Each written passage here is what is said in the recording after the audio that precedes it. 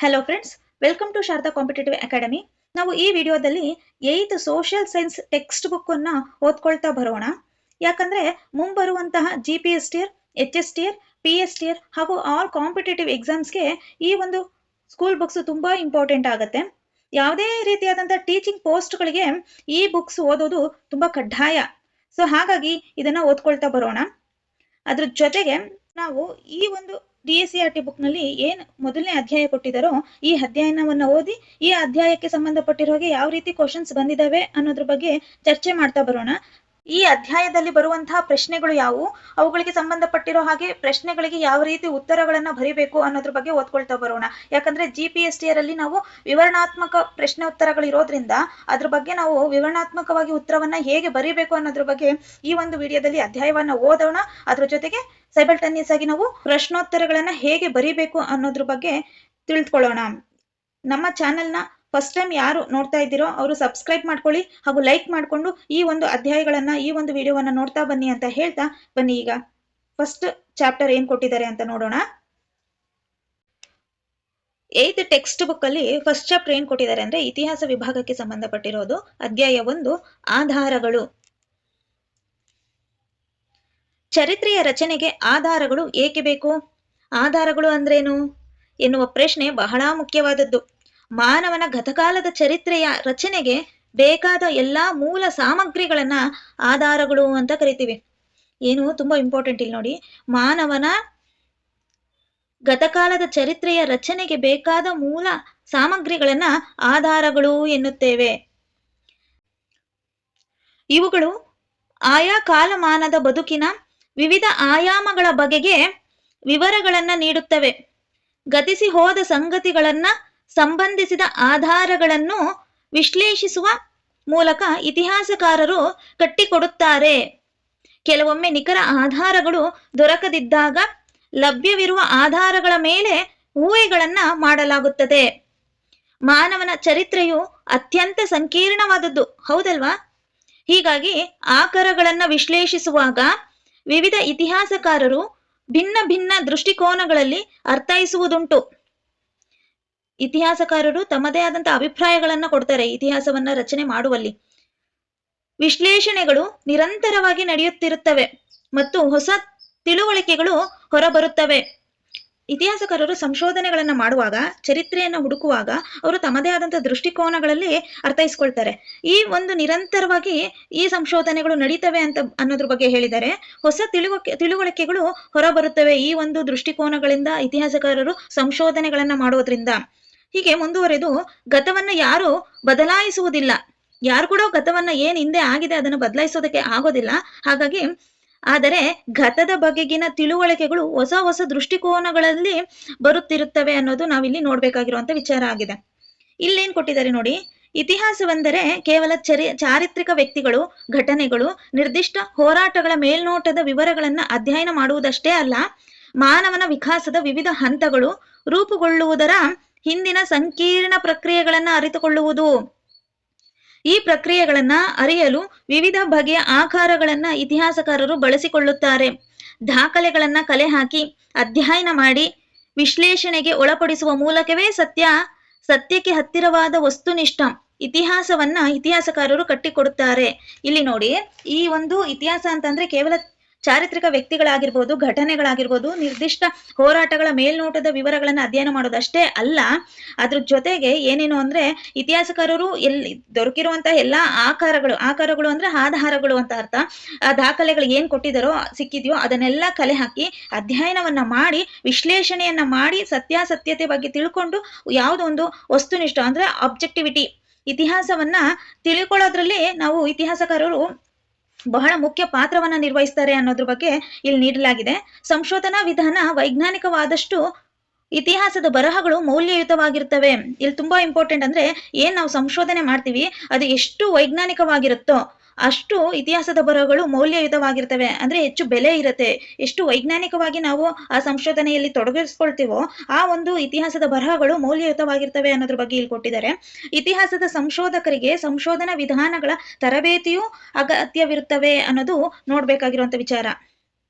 Next, ಹಿಂದಿನ ತಲೆಮಾರುಗಳು ಬಿಟ್ಟು ಹೋಗಿರುವ ವ್ಯವಸಾಯಕ್ಕೆ ಸಂಬಂಧಿಸಿದ ಪರಿಕರಗಳು, ದೇವಾಲಯಗಳು, ಇತರೆ ಬಗೆಯ ಧಾರ್ಮಿಕ ಕಟ್ಟಡಗಳು, ಕೋಟೆಗಳು, ಶಾಸನಗಳು, ನಾಣ್ಯಗಳು, ವಿವಿಧ ಬಗೆಯ ಆಯುಧಗಳು, ಲಿಖಿತ ಸ್ವರೂಪದ ವಿವಿಧ ದಾಖಲೆಗಳು, ಕೃತಿಗಳು, ಮೌಖಿಕ ಪರಂಪರೆಗಳು ಎಲ್ಲವೂ ಇತಿಹಾಸ ರಚನೆಗೆ ಆಧಾರಗಳಾಗಿವೆ. ನೋಡಿ, ಇತಿಹಾಸ ರಚನೆಗೆ ನಮ್ಗೆ ಏನ್ ತುಂಬಾ ಇಂಪಾರ್ಟೆಂಟ್ ಅಂದ್ರೆ ಏನು ಪರಿಕರಗಳು ಸಿಗುತ್ತೆ ಅದು ಆಗಿರ್ಬೋದು, ಹಾಗೆ ದೇವಾಲಯಗಳಾಗಿರ್ಬೋದು, ಧಾರ್ಮಿಕ ಕಟ್ಟಡಗಳು, ಕೋಟೆಗಳಾಗಿರ್ಬೋದು, ಶಾಸನಗಳು, ನಾಣ್ಯಗಳು, ಇವೆಲ್ಲವೂ ಕೂಡ ಇತಿಹಾಸ ರಚನೆಗೆ ತುಂಬಾ ಇಂಪಾರ್ಟೆಂಟ್. ಅವುಗಳ ಏನಿದೆ ಏನಿಲ್ಲ ಅನ್ನೋದ್ರ ಬಗ್ಗೆ ತಿಳ್ಕೊಳ್ಳೋದಕ್ಕೆ, ಚರಿತ್ರೆಗಳನ್ನ ಅರಿತುಕೊಳ್ಳೋದಕ್ಕೆ ಈ ನಾಣ್ಯಗಳಾಗಿರ್ಬೋದು, ಧಾರ್ಮಿಕ ಕಟ್ಟಡಗಳಾಗಿರ್ಬೋದು, ಕೋಟೆಗಳು, ಶಾಸನಗಳು, ನಾಣ್ಯಗಳು ಇವೆಲ್ಲ ತುಂಬಾ ಇಂಪಾರ್ಟೆಂಟ್ ಆಗುತ್ತೆ. ಅದ್ರ ಜೊತೆಗೆ ಆ ಅಲ್ಲಿ ದೊರೆತಿರುವಂತ ಆಯುಧಗಳಾಗಿರ್ಬೋದು, ಲಿಖಿತ ಸ್ವರೂಪದ ವಿವಿಧ ದಾಖಲೆಗಳು ಏನ್ ದೊರೆತಿದೆ ಅದು, ಮತ್ತೆ ಕೃತಿಗಳು, ಮೌಖಿಕ ಪರಂಪರೆಗಳು ಎಲ್ಲವೂ ಇತಿಹಾಸ ರಚನೆಗೆ ಮುಖ್ಯ ಆಧಾರಗಳಾಗಿವೆ ಅನ್ನೋದ್ರ ಬಗ್ಗೆ ಇಲ್ಲಿ ಕೊಟ್ಟಿದ್ದಾರೆ.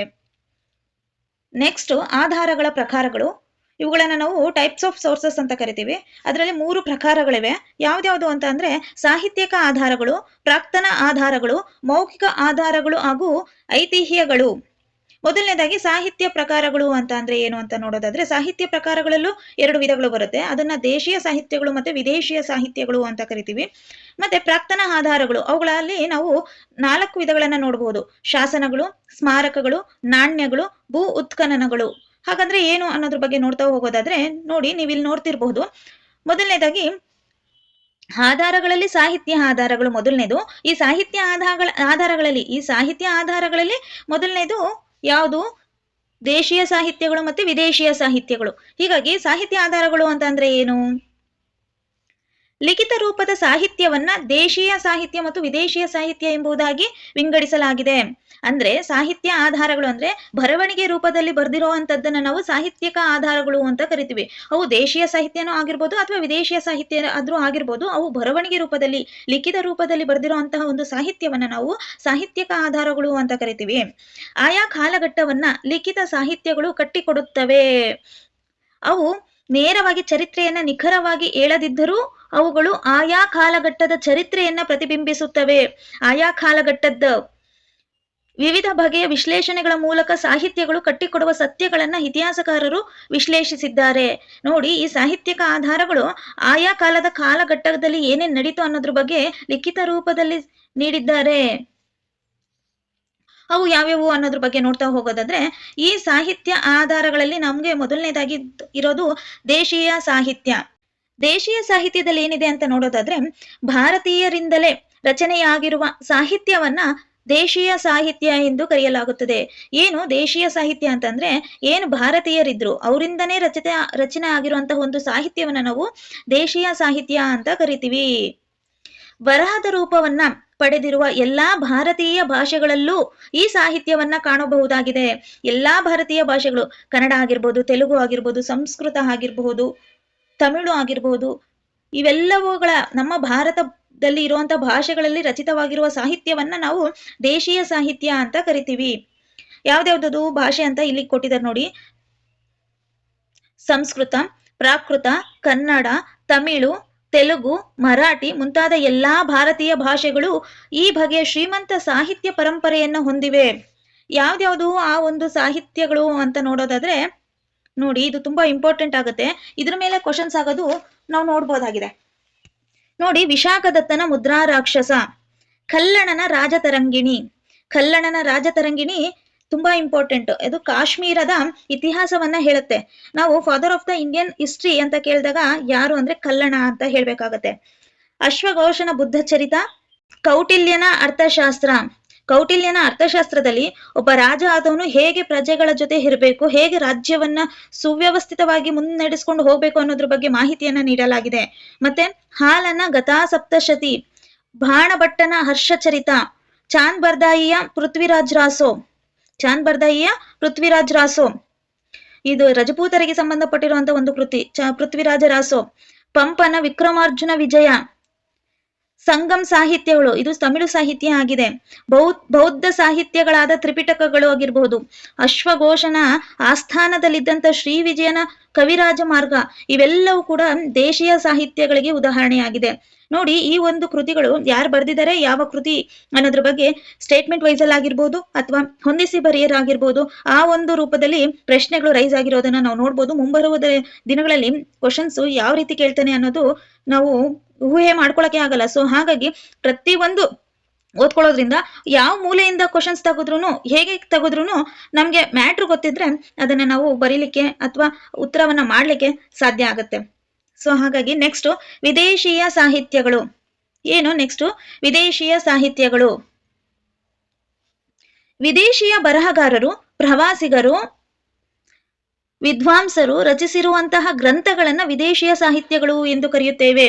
ಏನ್ ವಿದೇಶಿಯ ಬರಹಗಾರರು ಇರ್ತಾರೋ ಅವರು ಪ್ರವಾಸಿಗರಾಗಿರ್ಬೋದು ಅಥವಾ ವಿದ್ವಾಂಸರು ಏನು ಭಾರತಕ್ಕೆ ಬಂದು ಭಾರತದ ಒಂದು ವ್ಯವಸ್ಥೆ ಬಗ್ಗೆ, ಸಾಂಸ್ಕೃತಿಕವಾಗಿ ಹೇಗಿತ್ತು, ರಾಜಕೀಯವಾಗಿ ಹೇಗಿತ್ತು, ಆರ್ಥಿಕವಾಗಿ ಹೇಗಿತ್ತು ಅನ್ನೋದ್ರ ಬಗ್ಗೆ ನೀಡಿರುವಂತಹ ಒಂದು ಸಾಹಿತ್ಯ ಕೃತಿಗಳನ್ನ ನಾವು ವಿದೇಶಿಯ ಸಾಹಿತ್ಯಗಳು ಅಂತ ಕರಿತೀವಿ. ಅದರಲ್ಲಿ ಯಾವ್ಯಾವುದು ಸಾಹಿತ್ಯಗಳಿದಾವೆ ಅನ್ನೋದ್ರ ಬಗ್ಗೆ ನೋಡೋದಾದ್ರೆ,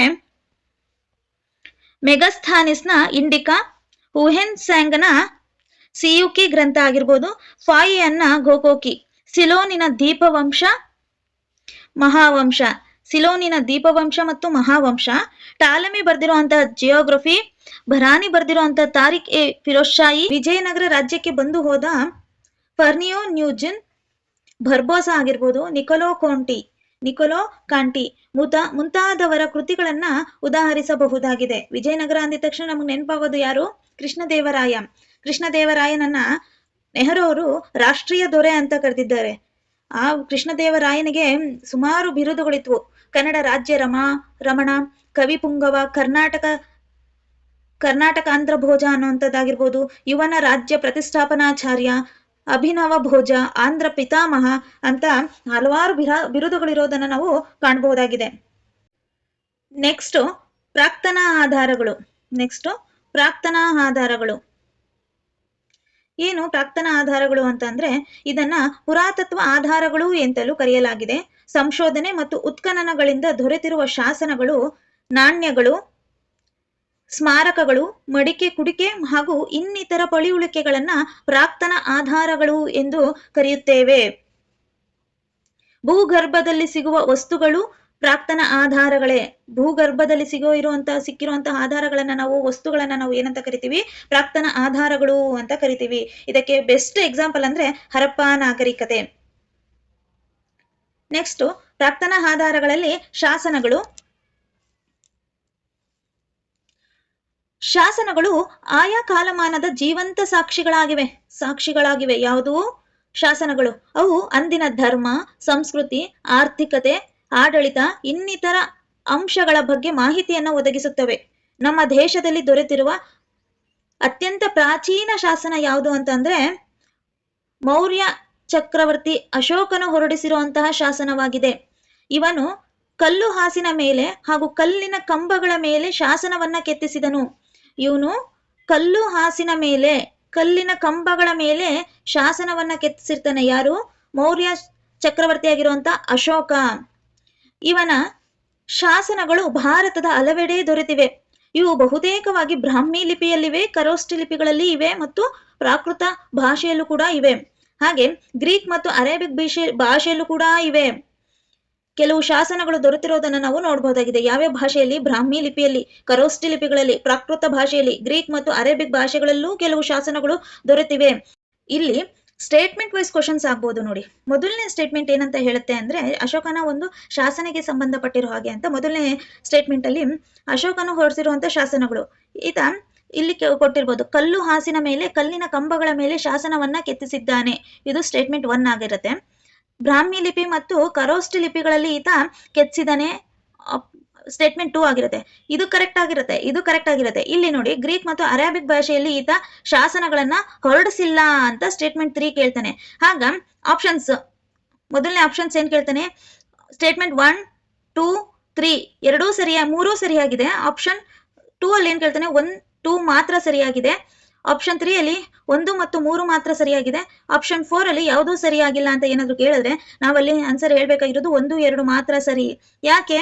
ಇದು ಕರೆಕ್ಟ್ ಆನ್ಸರ್, ಇದು ಕರೆಕ್ಟ್ ಸ್ಟೇಟ್ಮೆಂಟ್ ಆಗಿರುತ್ತೆ. ಇಲ್ಲಿ ಹೊರಡಿಸಿಲ್ಲ ಅಂತ ನಾವು ಹೇಳಲಿಕ್ಕಾಗಲ್ಲ, ಯಾಕಂದ್ರೆ ಗ್ರೀಕ್ ಮತ್ತು ಅರಾಬಿಕ್ ಏನು ಆ ಭಾಷೆಗಳಲ್ಲಿ ಆತ ಹೊರಡಿಸಿದ್ದಾನೆ. ಸೊ ಹಾಗಾಗಿ ಸ್ಟೇಟ್ಮೆಂಟ್ 2 ರಾಂಗ್ ಆಗಿರುತ್ತೆ, ಸ್ಟೇಟ್ಮೆಂಟ್ 2 ರೈಟ್ ಆಗಿರುತ್ತೆ. ಸ್ಟೇಟ್ಮೆಂಟ್ 3 ಏನು ಸ್ಟೇಟ್ಮೆಂಟ್ 3 ಇರುತ್ತಲ್ಲ, ಆ 3 ಅನ್ನೋದು ಸ್ಟೇಟ್ಮೆಂಟ್ ರಾಂಗ್ ಆಗಿರುತ್ತೆ. ಸೊ ಹಾಗಾಗಿ ಇಲ್ಲಿ ಆಪ್ಷನ್ 2 ಆನ್ಸರ್ ಆಗಿರುತ್ತೆ. ಈ ರೀತಿ ಸ್ಟೇಟ್ಮೆಂಟ್ ವೈಸ್ ಕ್ವಶನ್ಸ್ ಕೇಳಬಹುದು. ಸೊ ಹಾಗಾಗಿ ನಾವು ಲೈನ್ ಟು ಲೈನ್ ಓದ್ಕೋಬೇಕಾಗತ್ತೆ. ನೆಕ್ಸ್ಟ್, ಅಶೋಕನ ಶಾಸನಗಳು ಕರ್ನಾಟಕದ ಮಸ್ಕಿ, ಬ್ರಹ್ಮಗಿರಿಗಳಲ್ಲಿಯೂ ಲಭ್ಯವಿದೆ. ಇದು ಕೂಡ ಸ್ಟೇಟ್ಮೆಂಟ್ ವೈಸ್ ಅಲ್ಲಿ ಬರಬಹುದು. ಕನ್ನಡ ಭಾಷೆಯಲ್ಲಿ ದೊರೆತಿರುವ ಮೊದಲ ಶಾಸನ ಹಲ್ಮಿಡಿ ಶಾಸನ. ಇದು ಕದಂಬ ವಂಶಕ್ಕೆ ಸೇರಿರುವಂತಹ ಒಂದು ಶಾಸನ ಆಗಿರುತ್ತೆ. ಈ ಕದಂಬ ಮನೆತನಕ್ಕೆ ಸೇರಿರುವಂತ ಕಾಕುತ್ಸವರ್ಮನ ಆಡಳಿತಾವಧಿಯಲ್ಲಿ ರಚಿತವಾಗಿರುವಂತಹ ಒಂದು ಶಾಸನ ಯಾವುದು? ಹಲ್ಮಿಡಿ ಶಾಸನ. ಸಮುದ್ರಗುಪ್ತನ ಅಲಹಾಬಾದ್ ಸ್ತಂಭ ಶಾಸನ, ಇಮ್ಮಡಿ ಪುಲಕೇಶಿಯ ಐಹೊಳೆ ಶಾಸನ, ಕಾರವೇಲನ ಹತಿಗುಂಫಾ ಶಾಸನ, ಚೋಳರ ಉತ್ತರ ಮೇರೂರು ಶಾಸನ. ಇದು ಚೋಳರ ಗ್ರಾಮಾಡಳಿತಕ್ಕೆ ಸಂಬಂಧಪಟ್ಟಿರುವಂತಹ ಒಂದು ಶಾಸನ ಆಗಿರುತ್ತೆ. ಮುಂತಾದವುಗಳ ಮಹತ್ವ ಇತಿಹಾಸ ರಚನೆಯಲ್ಲಿ ಇವೆಲ್ಲವೂ ಕೂಡ ಹಿರಿದಾದಂತಹ ಪಾತ್ರವನ್ನ ನಿರ್ವಹಿಸುತ್ತೆ ಅಂತ ಹೇಳ್ಬಹುದಾಗಿದೆ. ನೆಕ್ಸ್ಟ್ ನೋಡಿ, ನಾಣ್ಯಗಳು. ನಾಣ್ಯಗಳ ಸ್ವರೂಪ, ವಿಕಾಸ, ಬೆಳವಣಿಗೆಯ ಬಗ್ಗೆ ತಿಳಿಸಿಕೊಡುವಂತಹ ಅಧ್ಯಯನವೇ ನಾಣ್ಯಶಾಸ್ತ್ರ. ನಾಣ್ಯಗಳ ಸ್ವರೂಪ, ವಿಕಾಸ, ಬೆಳವಣಿಗೆಯ ಬಗ್ಗೆ ತಿಳಿಸಿಕೊಡುವಂತಹ ಅಧ್ಯಯನವೇ ನಾಣ್ಯಶಾಸ್ತ್ರವಾಗಿದೆ. ಬೇರೆ ಬೇರೆ ಲೋಹಗಳನ್ನ ಬಳಸಿ ನಾಣ್ಯಗಳನ್ನ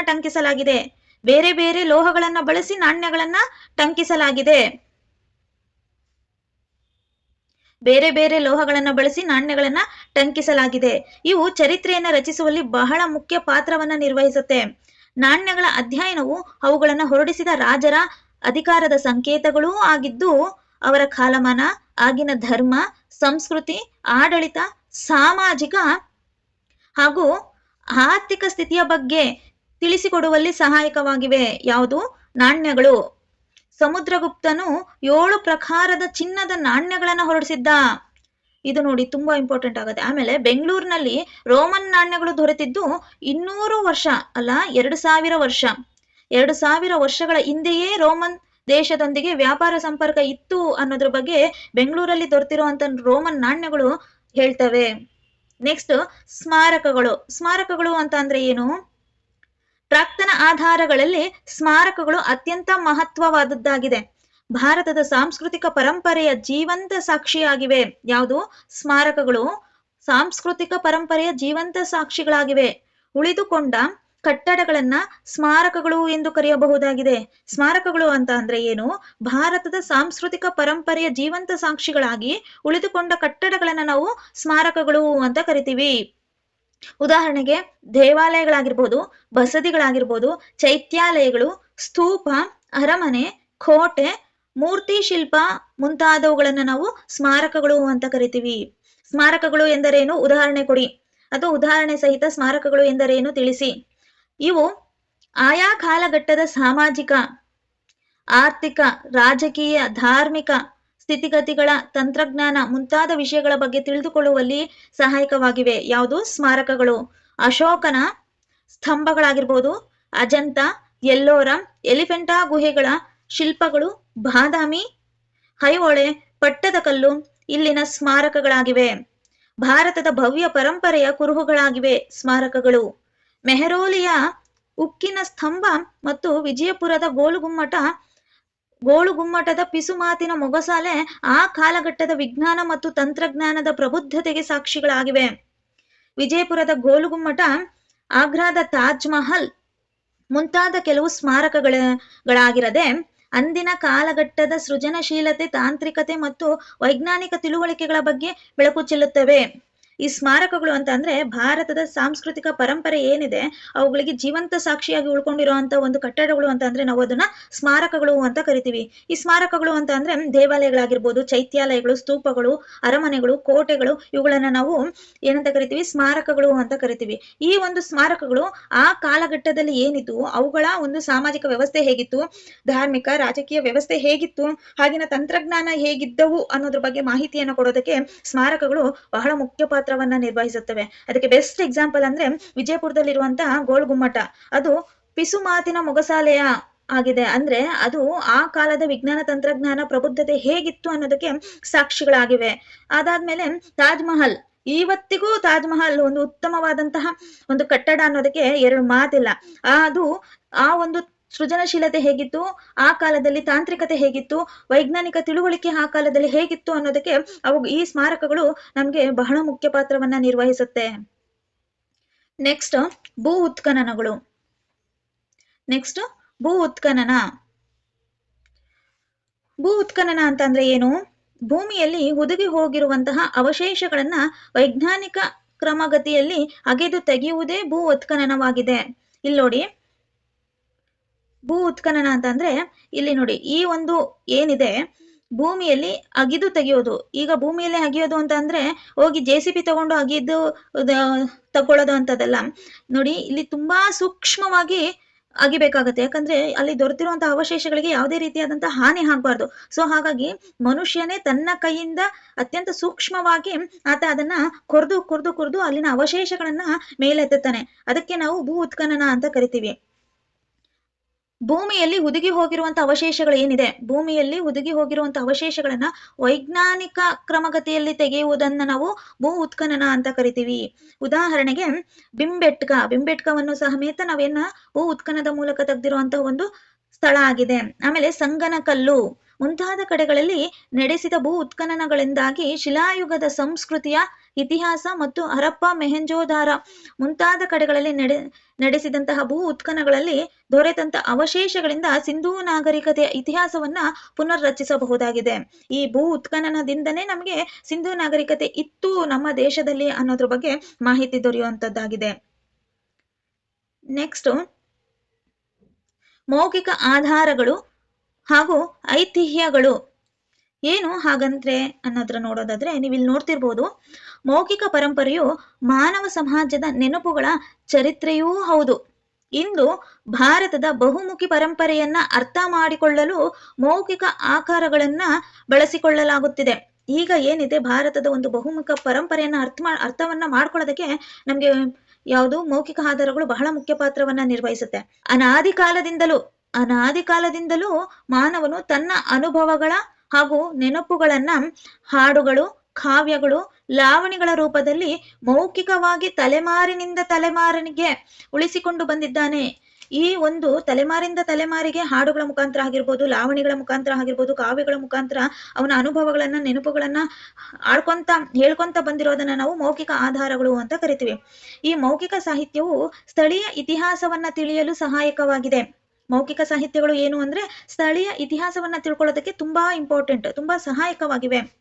ಅದು ಯಾವುದು? ಉದಾಹರಣೆಗೆ ಚಿತ್ರದುರ್ಗದ ನಾಯಕರು ಆಗಿರ್ಬೋದು, ಕೆಂಪೇಗೌಡರ ಬಗ್ಗೆ ಆಗಿರ್ಬೋದು, ಟಿಪ್ಪು ಸುಲ್ತಾನ್, ಸಂಗೊಳ್ಳಿ ರಾಯಣ್ಣ, ಕಿತ್ತೂರು ರಾಣಿ ಚೆನ್ನಮ್ಮ ಇವರ ಬಗ್ಗೆ ಇರುವಂತ ಲಾವಣಿಗಳು ಅವರ ಒಂದು ನಡವಳಿಕೆ ಆಗಿರ್ಬೋದು, ಅವರ ಒಂದು ಧೈರ್ಯ, ಅವರ ಒಂದು ಸ್ಥೈರ್ಯ, ಅವರ ಒಂದು ಸಾಮರ್ಥ್ಯವನ್ನ ತಿಳ್ಕೊಳ್ಳೋದಕ್ಕೆ ಸಹಕಾರಿಯಾಗಿದೆ.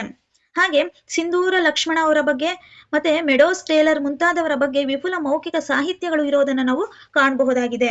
ಹಾಗೆಯೇ ಸಾಂಸ್ಕೃತಿಕ ನಾಯಕರಾದಂತಹ ಕೈವಾರ ನಾರಾಯಣ ತಾತ ಅವರು, ಕೋಲಾರದಲ್ಲಿ ಬರುವಂತ ಒಂದು ಪ್ಲೇಸ್ ಆಗಿರುತ್ತೆ ಕೈವಾರ. ಆಮೇಲೆ ಸೇವಾಲಾಲ್ ಆಗಿರ್ಬೋದು, ಶಿಶುನಾಳ ಶರೀಫ್ ಆಗಿರ್ಬೋದು, ಮುಂತಾದ ಅನೇಕರ ಬಗ್ಗೆಯೂ ಅನೇಕ ಮೌಖಿಕ ನಿರೂಪಣೆಗಳಿರೋದನ್ನ ನಾವು ಕಾಣಬಹುದಾಗಿದೆ. ಅನೇಕ ಬುಡಕಟ್ಟುಗಳು ಅಕ್ಷರ ಕಲಿಕೆಯಿಂದ ದೂರ ಉಳಿದಿದ್ದಂತಹ ಸಮುದಾಯಗಳು ತಮ್ಮ ಅನುಭವಗಳನ್ನ ತಮ್ಮ ಮೌಖಿಕ ಸಾಹಿತ್ಯದಲ್ಲಿ ಉಳಿಸಿಕೊಂಡಿವೆ. ಇಲ್ಲಿ ನೋಡಿ, ಏನು ಅಕ್ಷರಗಳು ಗೊತ್ತಿಲ್ಲದೆ ಇರುವಂತವರು ಕೂಡ ಈ ಒಂದು ತಮ್ಮ ಅನುಭವ ಏನಿದೆ ಅವುಗಳನ್ನ ಹಾಡುಗಳ ಮುಖಾಂತರ, ಲಾವಣಿಗಳ ಮುಖಾಂತರ ಹೇಳಿ ಸಾಹಿತ್ಯವನ್ನು ಉಳಿಸ್ಕೊಂಡು ಬಂದಿದ್ದಾರೆ ಅನ್ನೋದಕ್ಕೆ ಇದೊಂದು ಲಾವಣಿಗಳು, ಹಾಡುಗಳು, ಮೌಖಿಕ ಸಾಹಿತ್ಯಗಳು ಸಾಕ್ಷಿಗಳಾಗಿವೆ. ನೆಕ್ಸ್ಟ್ ಭಾರತದ ಬಹುತೇಕ ಪ್ರದೇಶಗಳು ವ್ಯಕ್ತಿ, ಘಟನೆ, ಪರಂಪರೆಗಳ ಕುರಿತಾದ ಐತಿಹ್ಯಗಳಿವೆ. ಐತಿಹ್ಯಗಳನ್ನ ಸ್ಥಳ ಪುರಾಣಗಳೆಂದೂ ಕರೆಯಲಾಗುತ್ತದೆ. ಐತಿಹ್ಯಗಳನ್ನ ಸ್ಥಳ ಪುರಾಣಗಳೆಂದು ಕರೆಯುತ್ತಾರೆ. ಸಾಮಾನ್ಯವಾಗಿ ಚರಿತ್ರೆಯ ಅಧ್ಯಯನಕ್ಕೆ ಇವು ನಿಖರ ಮಾಹಿತಿಯನ್ನ ನೀಡುವುದಿಲ್ಲ. ಇವು ನೀಡುವ ಪರೋಕ್ಷ ಮಾಹಿತಿಗಳಿಂದ ಇತಿಹಾಸವನ್ನ ರಚಿಸುವ ಯತ್ನವನ್ನ ಇತ್ತೀಚೆಗೆ ಇತಿಹಾಸಕಾರರು ಮಾಡುತ್ತಿದ್ದಾರೆ. ನೋಡಿ, ಇತಿಹಾಸವನ್ನ ರಚನೆ ಮಾಡೋದಕ್ಕೆ ಐತಿಹ್ಯಗಳು ಇಂಪಾರ್ಟೆಂಟ್ ಆಗಲ್ಲ, ಬಟ್ ಆದ್ರೆ ಅವು ಪರೋಕ್ಷವಾಗಿ ಇಂಡೈರೆಕ್ಟ್ ಆಗಿ ಏನ್ ಮಾಹಿತಿ ಇದೆಯೋ ಅವನ್ನ ಇಂಡೈರೆಕ್ಟ್ ಆಗಿ ಕೊಡ್ತವೆ. ಅವುಗಳ ಆಧಾರದಲ್ಲಿ ಇತಿಹಾಸಕಾರರು ಇತಿಹಾಸವನ್ನ ರಚನೆ ಮಾಡ್ತಾರೆ ಅನ್ನೋದ್ರ ಬಗ್ಗೆ ಇಲ್ಲಿ ವಿಚಾರಗಳು ಕೊಟ್ಟಿರುವಂತದ್ದು. ಇವು ಸಮಾಜದಲ್ಲಿ ನಂಬಿಕೆಗಳನ್ನ ತಿಳಿಸುತ್ತವೆ. ವ್ಯಕ್ತಿಯ ವೈಭವವನ್ನ ಅಥವಾ ಸ್ಥಳದ ಮಹಿಮೆಯನ್ನ ಈ ಐತಿಹ್ಯಗಳು ಸೂಚಿಸುತ್ತವೆ. ಧಾರ್ಮಿಕ ಸ್ಥಳಗಳ ಕುರಿತಾದ ಸ್ಥಳ ಪುರಾಣಗಳನ್ನ ನಾವು ಸಾಮಾನ್ಯವಾಗಿ ಹೀಗೆಯೂ ಕಾಣಬಹುದಾಗಿದೆ. ಇನ್ನೊಂದು, ಈ ಒಂದು ಭೂ ಉತ್ಖನನಗಳು ದೊರೆತಾದ್ಮೇಲೆ ಅವು ಇಂಥ ಕಾಲದ್ದೇ ನಮ್ದು ಭೂ ಉತ್ಖನನ ದೊರೆತಿರೋದು ಅನ್ನೋದಕ್ಕೆ ಏನು ವೈಜ್ಞಾನಿಕ ರೀತಿಯಲ್ಲಿ ಒಂದು ವಿಚಾರಗಳನ್ನ ಮಾಡಲಾಗತ್ತೆ, ಗುರುತಿಸಲಾಗತ್ತೆ. ನೋಡಿ, ಏನು ಅಂತ ಅಂದ್ರೆ C14 ಅಥವಾ ವಿಕಿರಣಶೀಲ ಇಂಧನ. ಇದು ಕಾಲ ನಿಷ್ಕರ್ಷೆಯ ಒಂದು ವೈಜ್ಞಾನಿಕ ವಿಧಾನವಾಗಿದೆ. ಈ ವಿಧಾನಕ್ಕೆ ಒಳಪಡಿಸುವ ಅವಶೇಷಗಳು ಜೈವಿಕ, ಅವು ಮರ ಆಗಿರ್ಬೋದು, ಗಿಡ, ಪ್ರಾಣಿ, ಪಕ್ಷಿ ಇತ್ಯಾದಿಗಳ ಪಳಿಯುಳಿಕೆಗಳಾಗಿರ್ತವೆ. ಜೈವಿಕ ಪಳಿಯುಳಿಕೆಗಳಾಗಿರ್ತವೆ. ಈ C14 ಆಧಾರದ ಮೇಲೆ ಪ್ರತಿಯೊಂದು ಜೀವಿಯಲ್ಲಿಯೂ ಇಂಗಾಲ 12 ಮತ್ತು ಇಂಗಾಲ 14 ಸಮ ಪ್ರಮಾಣದಲ್ಲಿ ಇರುತ್ತೆ. ಪ್ರತಿಯೊಂದು ಜೀವಿಯಲ್ಲೂ ಕೂಡ ಕಾರ್ಬನ್ 12 ಆಗಿರ್ಬೋದು, ಕಾರ್ಬನ್ 14 ಇರುತ್ತೆ, ಸಮ ಪ್ರಮಾಣದಲ್ಲಿ ಇರುತ್ತೆ. ಜೀವಿಯು ಸತ್ತ ನಂತರವೂ ಕೂಡ ಇಂಗಾಲದ ಒಂದು 12 ಅದೇ ಪ್ರಮಾಣದಲ್ಲಿ ಇದ್ದರೆ ಇಂಗಾಲ 14 ಕ್ರಮೇಣ ಕ್ಷೀಣಿಸಿ ಹೋಗುತ್ತದೆ. ಇದು 5700 ವರ್ಷಗಳಿಗೆ ತನ್ನ ಅರ್ಧ ಪ್ರಮಾಣದಷ್ಟು ಕ್ಷೀಣವಾಗುತ್ತದೆ. ಇಂಗಾಲ 12 ಮತ್ತು ಇಂಗಾಲ 14 ನಡುವಿನ ವ್ಯತ್ಯಾಸದ ಪ್ರಮಾಣವನ್ನ ಪ್ರಯೋಗಗಳ ಮೂಲಕ ಗುರುತಿಸಿದರೆ ಪಳಿಯುಳಿಕೆಯು ಎಷ್ಟು ವರ್ಷಗಳ ಹಳೆಯದೆಂದು ಲೆಕ್ಕಾಚಾರ ಮಾಡಬಹುದು. ಈ ವಿಧಾನದ ಮೂಲಕ 10,000 ವರ್ಷಗಳ ಹಿಂದಿನವರೆಗೆ ಏನಿದೆ ಆ ಪಳಿಯುಳಿಕೆಗಳ ಕಾಲವನ್ನ ಗುರುತಿಸೋದಕ್ಕೆ ಸಹಕಾರಿಯಾಗಿದೆ. ನೋಡಿ, ಏನು ಹಾಗಂದ್ರೆ ಅಂತ ನೋಡೋದಾದ್ರೆ, ಈಗ ಕಾರ್ಬನ್ 14 ಇರುತ್ತೆ, ಕಾರ್ಬನ್ 12 ಮತ್ತೆ ಕಾರ್ಬನ್ 14 ಎರಡು ಸಮ ಪ್ರಮಾಣದಲ್ಲಿ ಇರುತ್ತೆ. ಕಾರ್ಬನ್ 12 ಆಗಿರ್ಬೋದು, ಕಾರ್ಬನ್ 14 ಎರಡು ಸಮ ಪ್ರಮಾಣದಲ್ಲಿ, C12 ಮತ್ತೆ C14 ಎರಡು ಸಮ ಪ್ರಮಾಣದಲ್ಲಿ ಇರುತ್ತೆ. ಈ ಎರಡೂ ಸಮ ಪ್ರಮಾಣದಲ್ಲಿ ಇದ್ದಾಗ ಈ ಒಂದು ಏನು ಕಾರ್ಬನ್ 12 ಏನಿದೆ, ಈ ಕಾರ್ಬನ್ 12 ಎಷ್ಟಿದೆಯೋ ಅಷ್ಟೇ ಇರುತ್ತೆ, ಅದೇ ಪ್ರಮಾಣದಲ್ಲಿ ಇರುತ್ತೆ, ಅದೇ ಪ್ರಮಾಣದಲ್ಲಿ ಇರುತ್ತೆ. ಆದ್ರೆ C14 ಏನಿದೆ ಅದು ಕ್ರಮೇಣ ಕ್ಷೀಣಿಸುತ್ತೆ.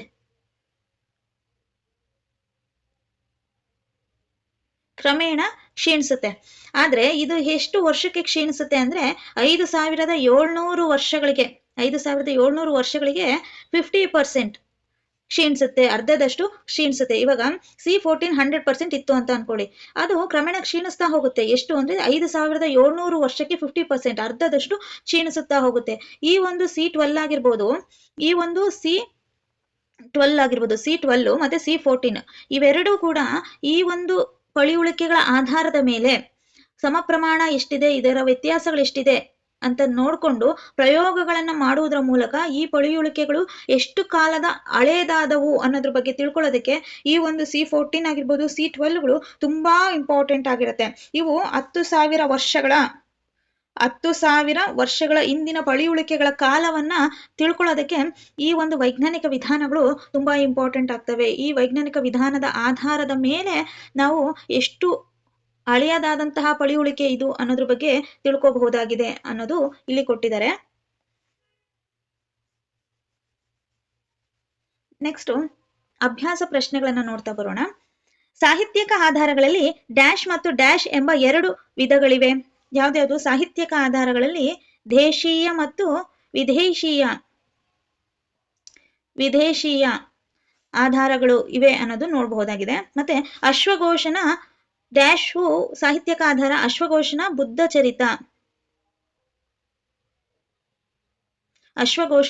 ಚರಿತ. ಕನ್ನಡ ಭಾಷೆಯಲ್ಲಿ ದೊರೆತಿರುವ ಮೊದಲ ಶಾಸನ ಯಾವುದು? ಹಲ್ಮಿಡಿ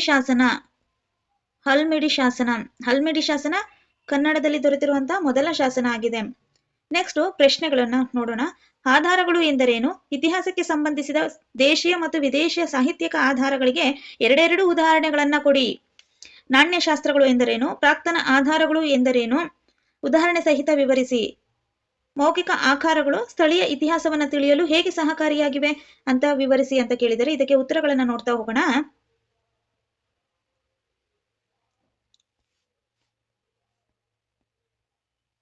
ನೋಡಿ, ಮೊದಲನೇದು ಆಧಾರಗಳು ಎಂದರೇನು? ಮಾನವನ ಗತಕಾಲದ ಚರಿತ್ರೆಯ ರಚನೆಗೆ ಬೇಕಾದ ಮೂಲ ಸಾಮಗ್ರಿಗಳನ್ನ ಆಧಾರಗಳು ಎನ್ನುತ್ತೇವೆ. ಆಧಾರಗಳು ಅಂತ ಅಂದ್ರೆ ಏನು ಅಂತ ಕ್ವಶನ್ ಕೇಳಿದರೆ ಅದಕ್ಕೆ ಆನ್ಸರ್ ನಾವು ಮಾನವನ ಗತಕಾಲದ ಚರಿತ್ರೆಯ ರಚನೆಗೆ ಬೇಕಾದ ಮೂಲ ಸಾಮಗ್ರಿಗಳನ್ನ ಆಧಾರಗಳು ಎನ್ನುತ್ತೇವೆ.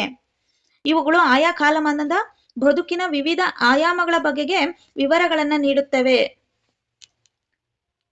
Next question.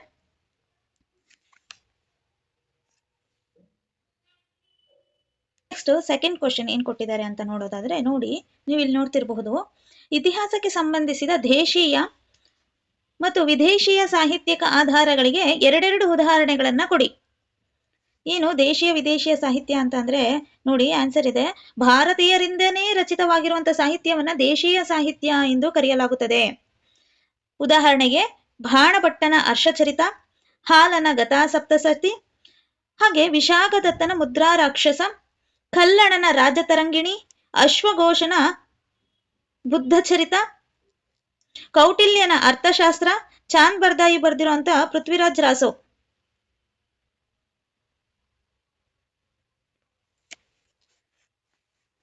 ಪಂಪ ಬರ್ದಿರುವಂತ ವಿಕ್ರಮಾರ್ಜುನ ವಿಜಯ ಹಾಗೂ ಶ್ರೀ ವಿಜಯನ ಕವಿರಾಜ ಮಾರ್ಗ.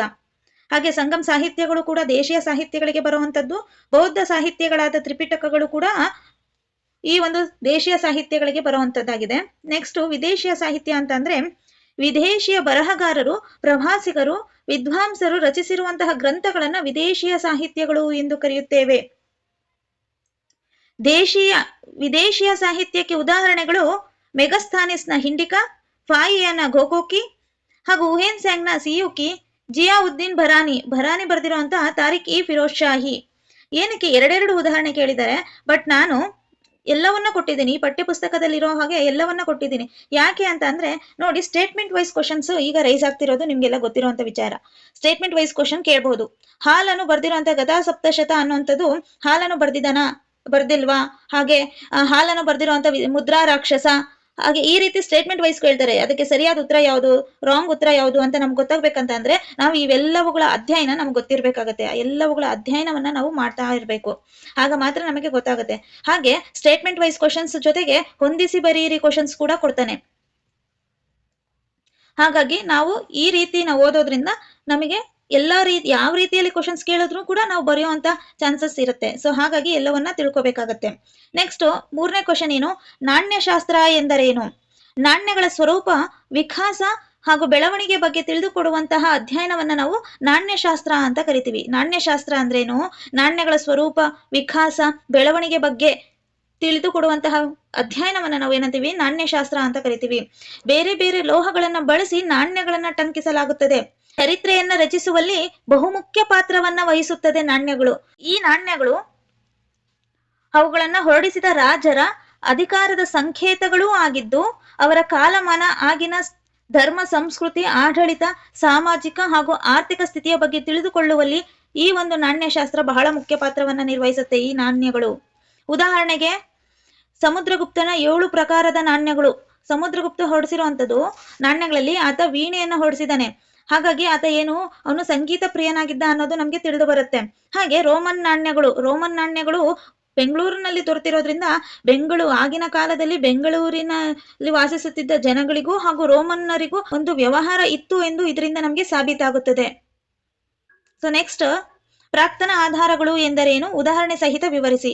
ಸಂಶೋಧನೆ ಮತ್ತು ಉತ್ಖನನಗಳಿಂದ ದೊರೆತಿರುವ ಶಾಸನಗಳು, ನಾಣ್ಯಗಳು, ಸ್ಮಾರಕಗಳು, ಮಡಿಕೆ ಕುಡಿಕೆಗಳು, ಇನ್ನಿತರ ಪಳಿಯುಳಿಕೆಗಳನ್ನ ಪ್ರಾಕ್ತನ ಆಧಾರಗಳು ಎಂದು ಕರೆಯುತ್ತೇವೆ. ಇದನ್ನ ಪುರಾತತ್ವ ಆಧಾರಗಳು ಎಂದು ಕರೆಯಲಾಗಿದೆ. ಭೂಗರ್ಭದಲ್ಲಿ ಸಿಗುವಂತಹ ವಸ್ತುಗಳನ್ನ ನಾವು ಪ್ರಾಕ್ತನ ಆಧಾರಗಳು ಎಂದು ಕರೆಯುತ್ತೇವೆ. ಭೂಗರ್ಭದಲ್ಲಿ ಸಿಗುವಂತಹ ಆಧಾರಗಳು ಏನು ವಸ್ತುಗಳಿದಾವೋ ಅವನ್ನು ನಾವು ಪ್ರಾಕ್ತನ ಆಧಾರಗಳು ಎಂದು ಕರೆಯುತ್ತೇವೆ. ಉದಾಹರಣೆಗೆ ಹರಪ್ಪ ನಾಗರಿಕತೆ. ನೆಕ್ಸ್ಟ್ 5ನೇ ಕ್ವಶನು, ಮೌಖಿಕ ಆಕಾರಗಳು ಸ್ಥಳೀಯ ಇತಿಹಾಸವನ್ನು ತಿಳಿಯಲು ಹೇಗೆ ಸಹಕಾರಿಯಾಗಿವೆ ವಿವರಿಸಿ. ಮೌಖಿಕ ಪರಂಪರೆಯು ಮಾನವ ಸಮಾಜದ ನೆನಪುಗಳ ಚರಿತ್ರೆಯೂ ಹೌದು. ಇಂದು ಭಾರತದ ಬಹುಮುಖಿ ಪರಂಪರೆಯನ್ನ ಅರ್ಥ ಮಾಡಿಕೊಳ್ಳಲು ಮೌಖಿಕ ಆಕಾರಗಳನ್ನ ಬಳಸಿಕೊಳ್ಳಲಾಗುತ್ತದೆ. ಅನಾದಿ ಕಾಲದಿಂದಲೂ ಮಾನವನು ತನ್ನ ಅನುಭವ ಹಾಗೂ ನೆನಪುಗಳನ್ನ ಹಾಡುಗಳ ಮುಖಾಂತರ, ಕಾವ್ಯಗಳ ಮುಖಾಂತರ, ಲಾವಣಿಗಳ ರೂಪದಲ್ಲಿ ಮೌಖಿಕವಾಗಿ ತಲೆಮಾರಿನಿಂದ ತಲೆಮಾರಿಗೆ ಉಳಿಸಿಕೊಂಡು ಬಂದಿದ್ದಾನೆ. ಮೌಖಿಕ ಸಾಹಿತ್ಯವು ಸ್ಥಳೀಯ ಇತಿಹಾಸವನ್ನ ತಿಳಿಯಲು ಸಹಾಯಕವಾಗಿವೆ. ಚಿತ್ರದುರ್ಗದ ನಾಯಕರು, ಕೆಂಪೇಗೌಡ, ಟಿಪ್ಪು ಸುಲ್ತಾನ್, ಸಂಗೊಳ್ಳಿ ರಾಯಣ್ಣ, ಕಿತ್ತೂರು ರಾಣಿ ಚೆನ್ನಮ್ಮ, ಸಿಂಧೂರ ಲಕ್ಷ್ಮಣ, ಮೆಡೋಸ್ ಟೇಲರ್ ಮುಂತಾದವರ ಬಗ್ಗೆ ವಿಪುಲ ಮೌಖಿಕ ಸಾಹಿತ್ಯವಿದೆ. ಹಾಗೆಯೇ ಸಾಂಸ್ಕೃತಿಕ ನಾಯಕರಾದಂತಹ ಕೈವಾರ ನಾರಾಯಣ ತಾತ, ಸೇವಾಲಾಲ್, ಶಿಶುನಾಳ ಶರೀಫ ಮುಂತಾದವರ ಅನೇಕ ಬಗ್ಗೆಯೂ ಅನೇಕ ಮೌಖಿಕ ನಿರೂಪಣೆಗಳಿವೆ ಎಂಬುದು ನಾವು ನೋಡಬಹುದಾಗಿದೆ. ಇದಿಷ್ಟು ಮೊದಲನೇ ಅಧ್ಯಾಯಕ್ಕೆ ಸಂಬಂಧಪಟ್ಟಿರುವಂತ ವಿಚಾರ. ನೆಕ್ಸ್ಟ್ 2ನೇ ಚಾಪ್ಟರ್ ಏನ್ ಕೊಟ್ಟಿದ್ದಾರೆ, ಅಧ್ಯಾಯ 2 ಭರತ ವರ್ಷ, ಭಾರತದ ಭೌಗೋಳಿಕ ಲಕ್ಷಣಗಳು ಮತ್ತು ಪ್ರಾಗೈತಿಹಾಸಿಕ ಕಾಲ. ಇದನ್ನ ನೆಕ್ಸ್ಟ್ ಕ್ಲಾಸ್ ಅಲ್ಲಿ ಮಾಡೋಣ ಅಂತ ಹೇಳ್ತಾ, ಇಲ್ಲಿವರೆಗೂ ಕೊನೆ ತನಕ ವಿಡಿಯೋವನ್ನು ನೋಡಿದಂತಹ ಎಲ್ಲರಿಗೂ ಧನ್ಯವಾದಗಳು.